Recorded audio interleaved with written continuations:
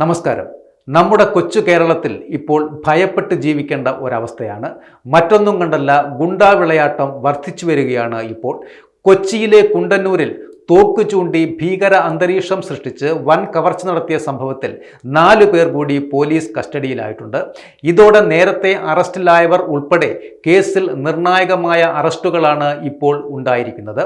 കവർച്ചയുടെ മുഖ്യ സൂത്രധാരനും 1-ാം പ്രതിയുമായ ജോജി, മുഖം മൂടി ധരിച്ച് കവർച്ചയിൽ നേരിട്ട് പങ്കെടുത്ത 2 പേർ, കവർച്ചാ സംഘത്തിന് സഹായങ്ങൾ നൽകിയ ഒരാൾ എന്നിവരാണ് ഇപ്പോൾ അറസ്റ്റിലായിരിക്കുന്നത്.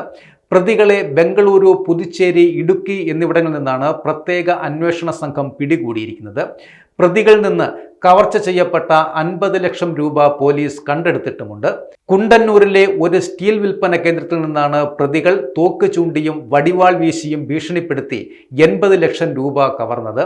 കള്ളപ്പണം വെളുപ്പിക്കൽ സംഘമാണ് ഈ കവർച്ച ആസൂത്രണം ചെയ്തതെന്ന് എറണാകുളം SP-യുടെ നേതൃത്വത്തിലുള്ള അന്വേഷണ സംഘം കണ്ടെത്തുകയും ചെയ്തിരുന്നു.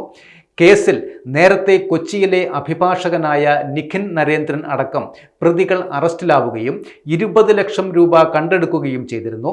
കവർച്ചാ സംഘത്തിന്റെ 2-ാമത്തെ പ്രതിയായ വിഷ്ണു പണം നഷ്ടമായവർ പരാതി നൽകില്ല എന്ന് കരുതിയാണ് കവർച്ച നടത്തിയത് എന്നും മൊഴി നൽകുകയും ചെയ്തിരുന്നു.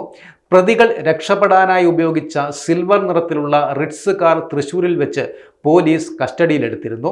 കൂടാതെ കവർച്ചയ്ക്ക് തൊട്ടു മുൻപ് പണം നഷ്ടമായ സുബിൻ പ്രതികളുമായി ഹോട്ടലിൽ വെച്ച് സംസാരിക്കുന്നതിൻ്റെ CCTV ദൃശ്യങ്ങളും കേസിൽ നിർണായക തെളിവായി പുറത്തുവരികയും ചെയ്തിരുന്നു. നിലവിൽ കവർച്ച ചെയ്യപ്പെട്ട 80 ലക്ഷം രൂപയിൽ 70 ലക്ഷം രൂപയും പോലീസ് കണ്ടെടുത്തിട്ടുമുണ്ട്. കേസിൽ കൂടുതൽ പ്രതികൾക്കായി അന്വേഷണം ഊർജിതമായി തുടരുകയാണ് ഇപ്പോൾ.